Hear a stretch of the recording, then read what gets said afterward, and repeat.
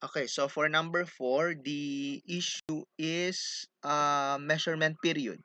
Okay, so ano ba yung mga items na mga kailangan ng adjustment during the measurement period?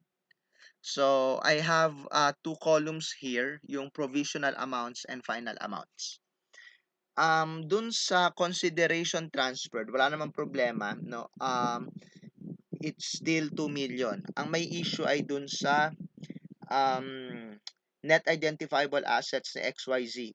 Initially, 1,980,000 including uh,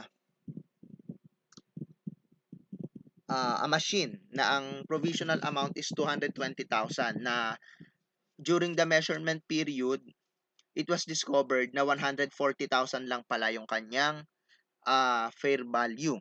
So, ibig sabihin, there will be a difference in the fair value of net identifiable asset. So, provisionally, 1,980,000 and then ang final is 1,900,000 na lang. Ano? Kasi dati kasing 220 yung machine, tapos ang final valuation niya is 140. So, there's a difference of 80. So, that will make the fair value of net identifiable asset lower by 80,000 and that will increase the goodwill by 80,000. So our adjusting entry, we will debit goodwill for 80,000 and deduct the 80,000 amount from the machinery.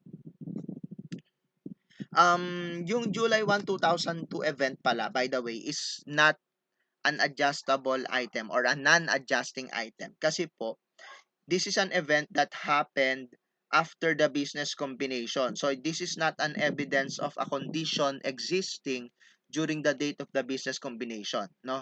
So ano siya, subsequent event. Kaya hindi siya mangangailangan ng adjusting entry.